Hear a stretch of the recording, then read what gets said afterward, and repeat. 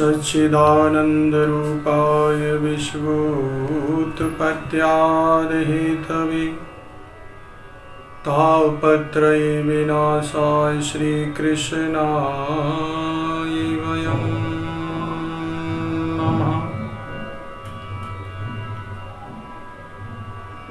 जय श्री राधे, जय श्री कृष्ण। आइए,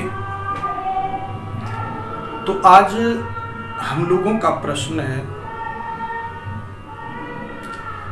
कि अभिमान और अहंकार का त्याग कैसे करें, क्योंकि बिना अभिमान और अहंकार के त्याग किए शांति मिलना संभव नहीं है और भगवान की प्रेम की प्राप्ति भी असंभव है। गीता जी के दूसरे अध्याय के 71वें श्लोक में लिखा हुआ है कि निर्ममो निरहंकार है स शांति मधिगच्छति, कि महाराज निर्ममो निरहंकार है सम दुख सुख क्षमी है। गीता जी के 12वें अध्याय के 13वें श्लोक में, और गीता जी श्रीमद् भगवद गीता गीता जी के 18वें अध्याय के 53वें श्लोक में लिखा हुआ है अहंकार बलम दर्पम कामम क्रोधम परिग्रहम विमुच्य निर्मह शांतो ब्रह्म भूयाय कल्पते। इन श्लोकों में भगवान ने अहमता और ममता अर्थात मैं और मेरेपन से रहित होने की बात कही है कि जीव जब तक अहंकार से अहमता ममता से दूर नहीं होगा, अहंकार से और मोह से जब तक दूर नहीं होगा, कि तब तक वो मेरे प्रेम को प्राप्त नहीं कर सकता है। इससे सिद्ध होता है कि अहमता ममता का त्याग हो सकता है, क्योंकि ये मन की मान्यता है। अगर ये बात संभव ना होती तो भगवान ये बात नहीं कहते। जो वास्तव में नहीं है इनका त्याग अवश्य हो सकता है, इनका त्याग अवश्य हो सकता है, क्योंकि जो बात है अवश्य में वास्तविकता का त्याग नहीं होता है। जैसे यदि अग्नि से उष्णता या प्रकाश का त्याग करावे तो कैसे त्याग सकती है? सूर्य अपने प्रकाश या गर्मी का त्याग कैसे करेगा? अहमता ममता हमने बनाई है, इसको संतानों ने माया कहा है।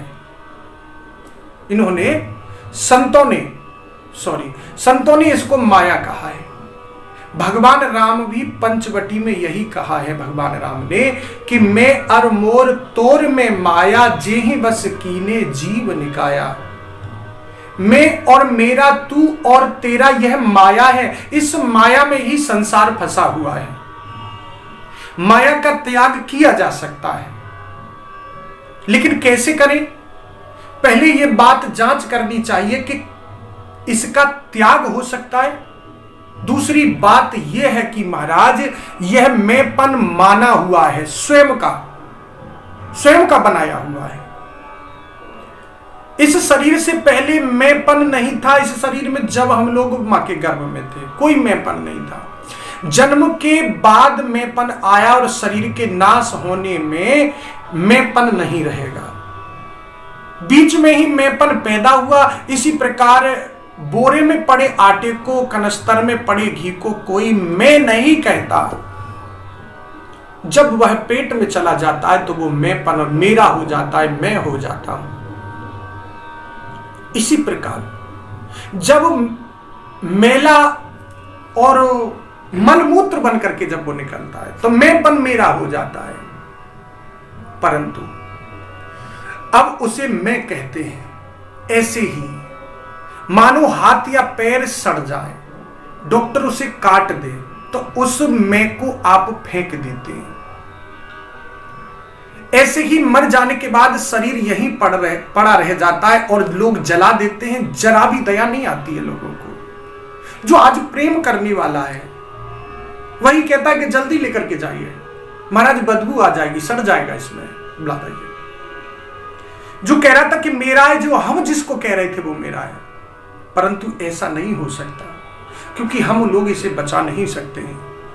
यह इसलिए कि इस शरीर में मैंपन माना हुआ है और संसार में मेरापन माना हुआ है, केवल है नहीं, माना हुआ है। आप इस मैंपन को बदल देते हैं। गृहस्थ आश्रम में रहते हो तो कहते कि मैं गृहस्थी हूं, परंतु साधु बन जाते हैं तो कहते कि मैं साधु हूं। माता पिता के सामने कहते हो कि मैं पुत्र हूं और पुत्र के सामने कहते हो कि मैं पिता हूं।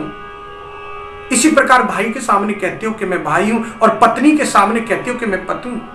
आपसे कोई पूछे कि तुम बताओ सच कि तुम पुत्र हो, पति हो, भाई हो या कौन हो, पिता हो, तो इसका उत्तर में है कि आप स्वयं पुत्र, पिता, भाई, पति कुछ नहीं हो। पुत्र, पिता, भाई, पति आदि दूसरों के सामने हो, अपने सामने नहीं हो, दूसरों के सामने हो। इसलिए अपेक्षा से, दूसरों की अपेक्षा से तुम लोग बने हुए हो। इस मैंपन को नष्ट करने के लिए एक बड़ी सुगम बात है कि मैंपन को शुद्ध कर लिया जाए। शुद्ध कब होता है? शुद्ध उस समय होता है कि जब माता पिता के सामने जाएं तो वह कार्य करें, कि जब माता पिता के सामने जाकर के कार्य करें। सुपुत्र से सुपुत्र करता है, सुपुत्र से सुपुत्र जो कार्य करता है महाराज, दूसरे कर्तव्य पालन करें या न करें, इसकी तरफ विशेष ख्याल नहीं करना है।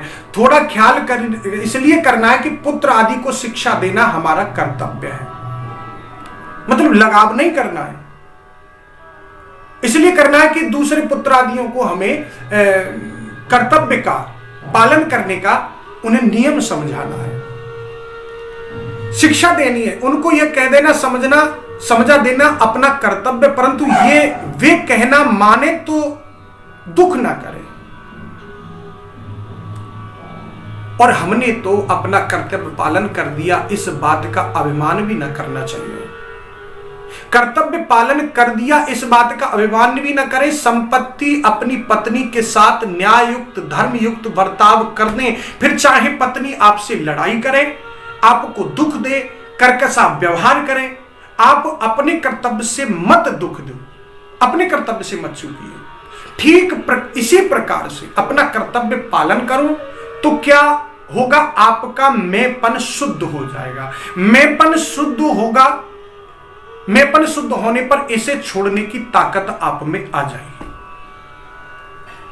जब मैंपन छोड़ने की ताकत आप में आ जाती है, और महाराज परंतु जब तक अन्याय पूर्वक कार्य करते रहोगे तब तक मैंपन और मेरेपन की माया छूटने वाली नहीं है। परंतु शुद्ध होने पर यह छूट जाएगी, बांधेगी नहीं, केवल व्यवहार मात्र के लिए मैं और मेरापन रहेगा। जैसे आप किसी मिल में काम करते तो कहती है कि मैं अमुक मिल का आदमी हूं, उसका कर्मचारी हूं। ऐसे ही रेलवे में कार्य करते हैं तो कहते हैं कि मैं रेलवे का कर्मचारी, परंतु सदा अपने को मिल का या रेलवे का कर्मचारी नहीं मानते। इसी प्रकार आप अपने को पिता, पुत्र, पति, भाई माने। ऐसे ही यदि आप धनी हैं तो आप धनी कब तक है? कि जब तक निर्धनों की अपेक्षा धनी है। यदि जहां पर धनी निर्धनों की आपको धनी, निर्धनों ने आपको धनी बनाया है, आप धनी है नहीं, निर्धनों ने धनी बनाया है। उदाहरण के लिए यदि नगर में आप लखपति हैं और बाकी सब करोड़पति हैं तो आप धनी नहीं कहलाते हो, गरीब कहलाओगे। उनके बीच क्या कभी आपके मन में लखपति होने का अभिमान आता है? नहीं आता महाराज। क्यों? क्योंकि हमसे भी बड़े वहां पर धनी बैठे हुए हैं। परंतु आपके अतिरिक्त यदि सभी निर्णय हैं तो आप धनी तथा लखपति कहलाओगे। अतः इन निर्धनों के कारण आप धनी हैं। इन्होंने आपको लखपति बनाया, इसलिए आपको निर्धनों की सेवा करनी चाहिए। जो उपकार कर लेता है परंतु उपकार करता नहीं, उपकार करता है नहीं, वह कृतज्ञ होता है। अतः धन का अभिमान, पिता बुद्धि का अभिमान, उसका बल का अभिमान करना बहुत बड़ी गलती है। भगवान श्रीमद् भगवत गीता के 16वें अध्याय में कहते हैं, चौथे श्लोक में, कि दंभो दर्पोभिमानस्य क्रोधः पारुष्यमेव च अज्ञानं चाभिजातस्य पार्थ संपदमाश्वरीम। ये अभिमान और अहंकार आदि आसुरी संपदा को प्राप्त पुरुष के लक्षण है। दंभो दर्पोभिमानस्य क्रोध पारुष्यमेव च, ये अज्ञानी पुरुष के लक्षण है। फिर कहते कि देवी संपद्विमोक्षाय, देवी संपद्विमोक्षाय निबंधा या सुरीमता। देवीय जो संपत्ति है, सज्जनता जितनी भी है, वो मुक्ति देने वाली है, और आसुरी संपदा बांधने वाली है। अतः धन विद्या बुद्धि बल जो भी है महाराज, और पद का अभिमान न करके दूसरों की सेवा करो, और पिता पुत्र पति आदि जो भी आप हैं अपना कर्तव्य निभाइए। अपना कर्तव्य पालन नाटक की तरह बढ़िया से बढ़िया करो, स्वांग को बिगाड़ना नहीं है और न उसका अभिमान करना। अपति जिन्होंने आपको बुद्धिमान विद्वान धनवान बलवान बनाया, अर्थात जिन मूर्खों निर्धनों निर्बलों के कारण आप विद्वान धनवान और बलवान बने हो, उनकी सेवा करनी है। ब्राह्मण और साधु ब्राह्मण पन्ने, यदि तुमने अभिमान किया तो महाराज यही पतन का कारण हो जाएगा। देखिए, साधुपन के अभिमान के कारण बड़े नहीं बने, ब्राह्मणपन के अभिमान के कारण बड़े नहीं बने, अपितु त्याग के कारण वे लोग बड़े बनते हैं। आज उनमें अभिमान आ गया कि इस कारण उनका तिरस्कार होने लगा। जब वे अपने आप को बड़ा मानने लगे था, उन्हें दुनिया ने बड़ा मानना छोड़ दिया।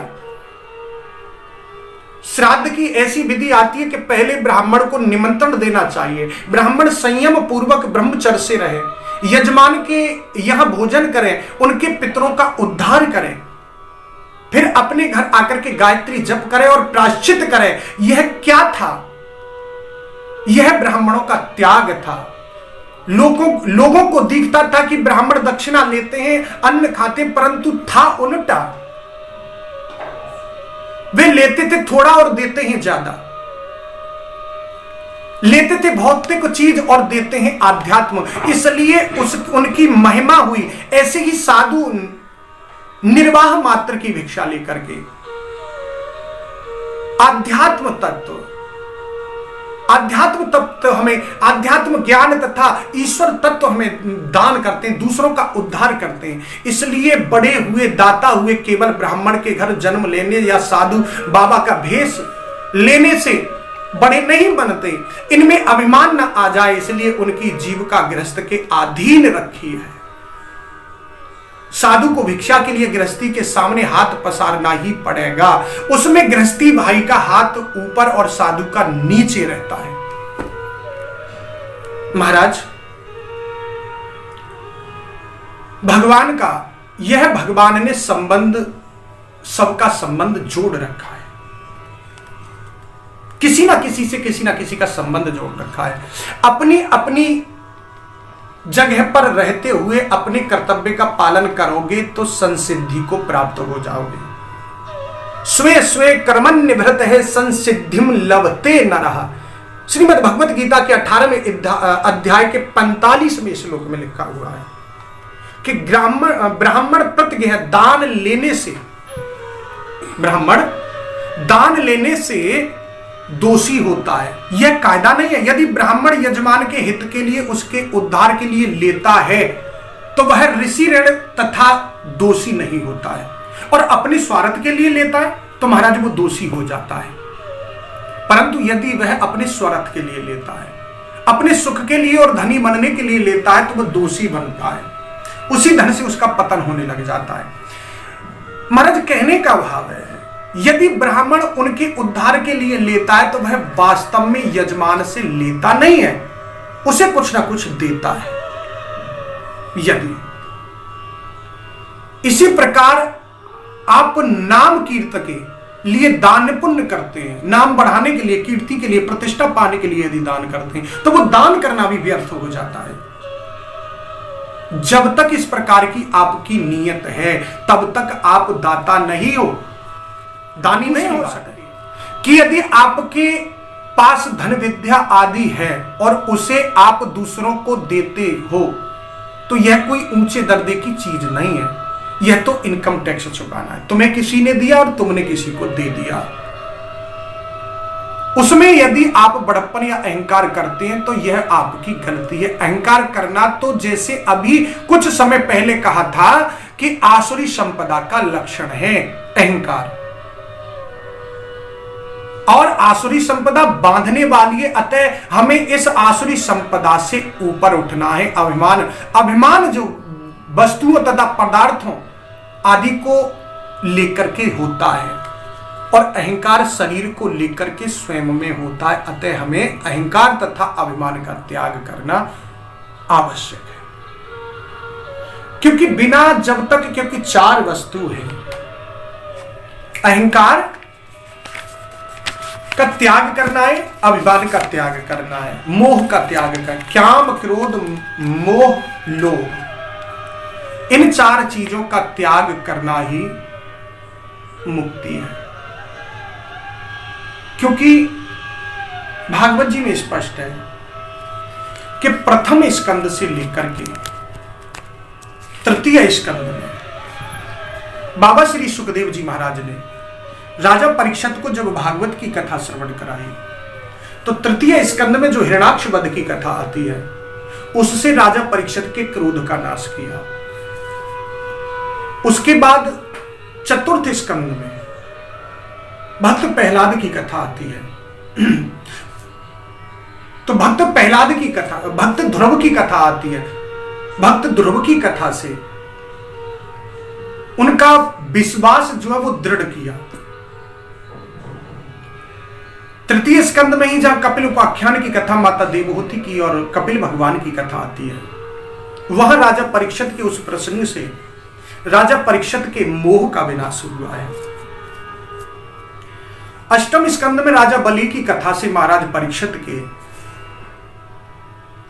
लोभ का नाश किया है। नवम स्कंद की कथा में रामचरितमानस की जो कथा आती है उससे काम का नाश किया है।